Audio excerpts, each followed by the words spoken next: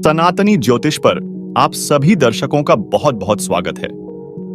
आज हम एक छोटी सी कथा के माध्यम से ये जानेंगे कि किन कर्मों के कारण लोग स्वर्ग जाते हैं और कौन से पाप के कारण मनुष्य को नरक का सामना करना पड़ता है। आज की इस वीडियो से आपको यह भी पता लगेगा कि मंदिर दर्शन, हवन पूजन, पूजा पाठ, जप तप जैसे सारे शुभ कर्मों को करने के बाद भी कुछ मनुष्य नरक में क्यों जाते हैं तथा किन पुण्यों के प्रभाव से पापी से पापी व्यक्ति भी स्वर्ग में स्थान पा जाता है। ऐसे कौन से शुभ कार्य है जो अनगिनत पापों को नष्ट कर देते हैं और ऐसे कौन से पाप है जो व्यक्ति के सभी पुण्यों को नष्ट कर देती है। साथियों, एक बार देवर्षि नारद भगवान विष्णु से पूछते हैं कि हे प्रभु, कुछ मनुष्य पाप करने पर भी स्वर्ग में क्यों जाते हैं और कुछ लोगों को कई शुभ कर्मों के बाद भी नरक में क्यों जाना पड़ता है। वो कौन सा पाप है जो व्यक्ति के सभी शुभ पुण्यों को नष्ट कर देता है और वह कौन सा पुण्य है जो मनुष्यों के सभी पापों को समाप्त कर देता है। देवर्षि नारद के इन प्रश्नों को सुनकर भगवान विष्णु कहते हैं कि आज आपने सभी मानव जाति के लिए बड़ा ही रहस्यमयी और कल्याणकारी प्रश्न पूछा है। आज मैं आपको एक ऐसी कथा सुनाऊंगा जिसे सुनकर आपको आपके सभी प्रश्नों के उत्तर मिल जाएंगे। हे देवर्षि, जो भी मनुष्य ये कथा सुनता है उसे मेरी कृपा से सभी पापों का नाश होता है और अंत में मेरे लोक की प्राप्ति होती है। नारद जी कहते हैं, हे प्रभु, आपकी कृपा से मैं इस कथा को पूरा अवश्य सुनूंगा और इसके शुभ पुण्यों को प्राप्त भी करूंगा। भगवान विष्णु कहते हैं, हे देवर्षि, एक बार दक्षिण के एक नगर में एक ही समय पर 5 मनुष्यों की मृत्यु हो जाती है और यमदूत उन सभी को यमलोक ले जाते हैं। यमलोक की कठोर सजाएं देखकर वे सभी डर जाते हैं। यमलोक में चित्रगुप्त जी सभी प्राणियों और मनुष्यों का लेखा जोखा निकालकर उन्हें उनके कर्मों के अनुसार निर्णय कर रहे थे। कुछ लोग चित्रगुप्त जी के निर्णय को सुनकर प्रसन्न हो रहे थे, तो कुछ लोग बहुत जोर जोर से विलाप कर रहे थे। कुछ मनुष्य अत्यंत प्रसन्न होकर स्वर्ग के द्वार से अंदर जा रहे थे, तो कुछ मनुष्यों को नरक में धकेला जा रहा था। इस भयानक दृश्य को देखकर वे पांचों एक दूसरे से बात करने लगते हैं और अपने अपने पाप के विषय में चर्चा कर रहे होते हैं। उन 5 में से 4 लोगों ने अपने जीवन में बहुत सारे पाप किए थे। उन्हें पता था कि वो सभी नरक में ही जाएंगे। उन 4 में एक चोर था, दूसरा साहूकार था, तीसरा एक विद्वान ब्राह्मण था और चौथा एक राजा का सैनिक था तथा 5वां एक धनवान किसान था। वे पांचों अपने अपने कर्म फलों को सोचने लगते हैं। उनमें से 4 ने अपने अपने पापों के बारे में एक दूसरे से बताना शुरू किया। पहले चोर कहता है, मित्र, मैं तो पक्का नरक में ही जाऊंगा क्योंकि मैंने बहुत बार चोरी की है, दूसरों का धन लूटा है, हमेशा अपने बुरे कर्म से दूसरों को रुलाया है। लेकिन ऐसा मैंने विवशता में किया था। मुझे कहीं काम नहीं मिलता था, इसलिए मुझे चोरी करके अपने और अपने परिवार का जीवन यापन करना पड़ता था। इसीलिए मैं ही हम 4 में सबसे बड़ा पापी हूं। मेरे पाप से मुझे कभी मुक्ति नहीं मिलेगी और अब मुझे कड़ा दंड भुगतना पड़ेगा। साहूकार बोलता है कि तुम सभी में सबसे बड़ा पापी मैं हूं। मैं हमेशा दूसरे की मजबूरी का भरपूर फायदा उठाया करता था और उनसे जबरन धन का दुगना ब्याज वसूल करता था। मैं कभी भी किसी को दान भी नहीं करता था। इस कारण मुझे बहुत ही कड़ी सजा मिलेगी। उसके बाद वह सैनिक कहता है कि भाई, हम 4 में सबसे बड़ा पापी तो मैं ही हूं। मैंने बहुत बड़े बड़े पाप किए हैं। मैं राजा का एक शक्तिशाली सिपाही होने के कारण मैंने बहुत सारे मासूमों की जान ली है। मैंने बहुत से गलत काम किए हैं ना, जाने कितने निर्दोष लोगों को मैंने अपने हाथों से मार डाला है। पर मैंने सभी पाप अपनी इच्छा से नहीं किए। अपने राजा की आज्ञा का पालन करने के लिए मुझे यह सब पाप करने पड़े। मुझे भी मालूम था कि यह पाप करने से मुझे नरक की प्राप्ति होगी, किंतु राजा की आज्ञा ना मानता तो वो मुझे ही प्राणदंड दे देते। इस कारण मैंने मेरी जान बचाने के लिए यह सब पाप किए थे। इसलिए अब मरने के बाद मेरा नरक में जाना तो तय है। वह विद्वान पंडित कहता है कि भाई, हम 4 में से सबसे बड़ा पापी तो मैं हूं। तुम लोगों ने जो पाप किए हैं वह जाने अनजाने में किए हैं या किसी ने तुमसे जबरदस्ती करवाए हैं या मजबूरी में किए हैं, किंतु मैं तो विद्वान था। मैं सब सत्य असत्य जानता था। मुझे सच और झूठ का ज्ञान था, लेकिन फिर भी मैंने धन के लालच में ये सब पाप किए हैं। शास्त्र कहते हैं कि जो सब कुछ जानकर भी पाप करता है वह निश्चित ही नरक में जाता है। मैंने अपने ज्ञान का उपयोग लोगों की भलाई और शिक्षा के लिए नहीं, बल्कि धन को कमाने के लिए किया है।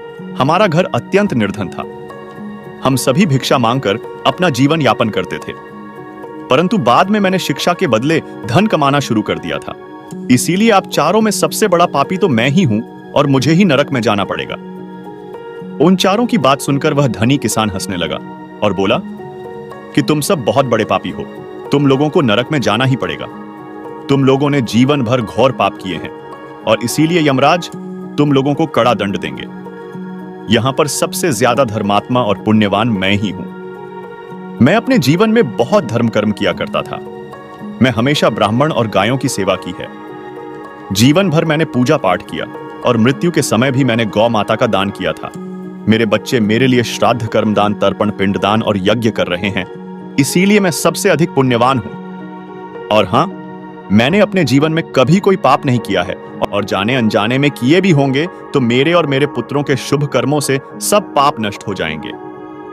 इसीलिए मुझे पूरा विश्वास है कि यमराज मुझे नरक में नहीं डालेंगे और मुझे भी मोक्ष ही मिलेगा। फिर वे पांचों धीरे धीरे आगे बढ़ने लगते हैं और फिर जब उनका समय आता है तो उन पांचों के पाप और पुण्य के कर्मों का लेखा जोखा निकाला जाता है। सबसे पहले बारी आती है उस चोर की। चित्रगुप्त उसका लेखा जोखा निकालते हैं और यमराज उसके पाप पुण्य का हिसाब करके उसे स्वर्ग भेज देते हैं और बड़ी ही प्रसन्नता से वह स्वर्गलोक चला जाता है। दूसरी बारी आती है उस साहूकार की। चित्रगुप्त साहूकार का भी लेखा जोखा निकालते हैं और यमराज चित्रगुप्त से विचार विमर्श करके उसे भी स्वर्ग भेज देते हैं। इस विचित्र निर्णय को सुनकर वह साहूकार भी हैरान हो जाता है और प्रसन्नता के साथ स्वर्ग चला जाता है। फिर तीसरी बारी आती है उस सिपाही की।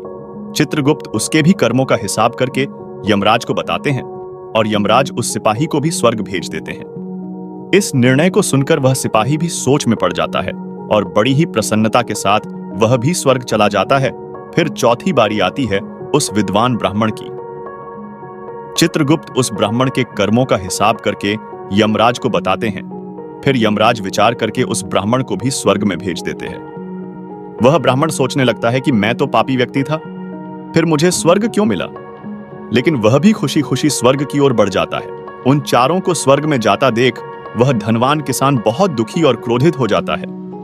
वह सोचने लगता है कि यह कैसा न्याय है, यहां पापियों को स्वर्ग भेजा जा रहा है। क्या मुझे भी इन पापियों के साथ एक साथ उसी स्वर्ग में रहना पड़ेगा? तो मेरे पुण्य करने का फायदा ही क्या मिला? फिर यमदूत उस धनवान किसान को कहते हैं कि सोचना बंद कर हे पापी, तू आगे जा, तुझे नरक में डाला जाएगा। यमराज तुझसे बहुत नाराज है। किसान बोला, हे यमदूतों, मैं तो स्वर्ग जाऊंगा, मैंने कोई पाप नहीं किया है, मैंने जीवन में बहुत पुण्य किया है, तुम लोग देख लेना। यमराज मुझसे बहुत प्रसन्न होंगे और मुझे स्वर्ग भेजेंगे। फिर वह धनवान किसान यमराज के सामने आकर खड़ा हो जाता है। चित्रगुप्त उसके कर्मों का लेखा जोखा देखकर बताते हैं कि तुम्हारे जीवन के कर्मों में पाप अधिक है। और यमराज उस धनवान किसान को कहते हैं, अरे दुष्ट, तूने तो बहुत बड़ा अपराध किया है, तू तो नरक में जाने के ही योग्य है। इतना सुनते ही वह किसान डर जाता है और हिम्मत करके यमराज से कहता है, हे धर्मराज, यह तो अन्याय है, मैंने तो जीवन में कभी कोई पाप नहीं किया है, आप मुझे नरक में क्यों डाल रहे हैं?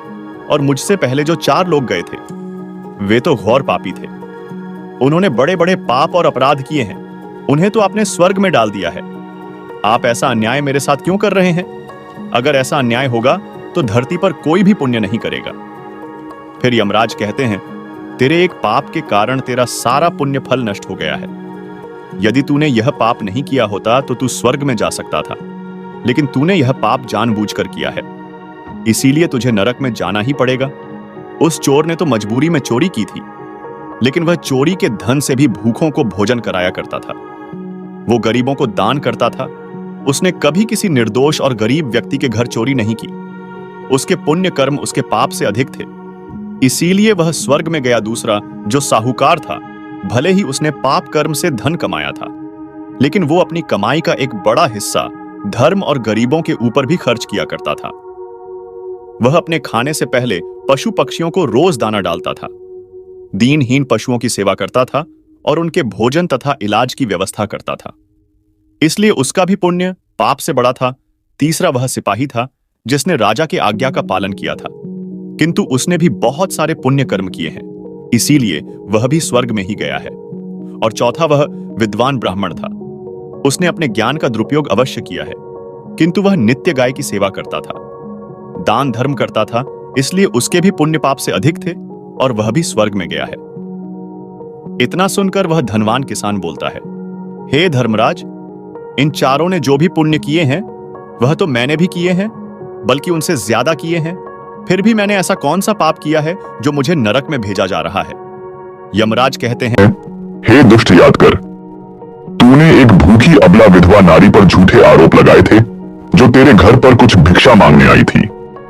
तूने उसके ऊपर चोरी का आरोप लगाकर उसके चरित्र पर कीचड़ उछाले और उसे नीच और उल्टा बोला। राजा ने भी तेरी बात को सत्य मानकर उस भूखी अबला विधवा नारी को मृत्यु दंड दे दिया।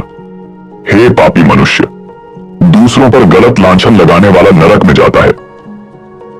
सत्य जानकर भी जो दूसरों पर दोष डालता है वह तो सबसे बड़ा पापी है। उसके द्वारा किए गए सभी पुण्य नष्ट हो जाते हैं।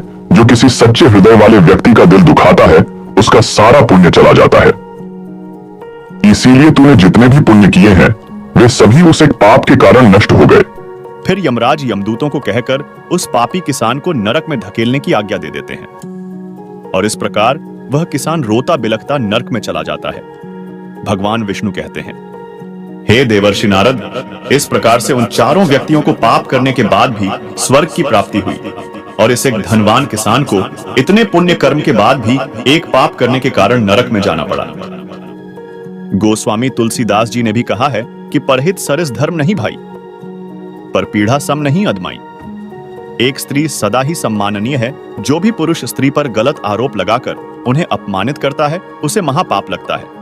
कभी भी किसी का दिल नहीं दुखाना चाहिए, कभी किसी व्यक्ति की दुर्बलता का फायदा नहीं उठाना चाहिए। जो विधवा दुखिया स्त्री को सताता है उसे नरक में जाना पड़ता है। इसके साथ ही साथ मनुष्य को सत्य के मार्ग पर चलकर ही स्वर्ग की प्राप्ति होती है। असत्य का साथ देने से मनुष्य के सभी पुण्य कर्म भी नष्ट हो जाते हैं। तो हम आशा करते हैं कि आपको आज की यह कथा अच्छी लगी होगी, तो वीडियो को लाइक करें और कमेंट में अपनी राय जरूर लिखें।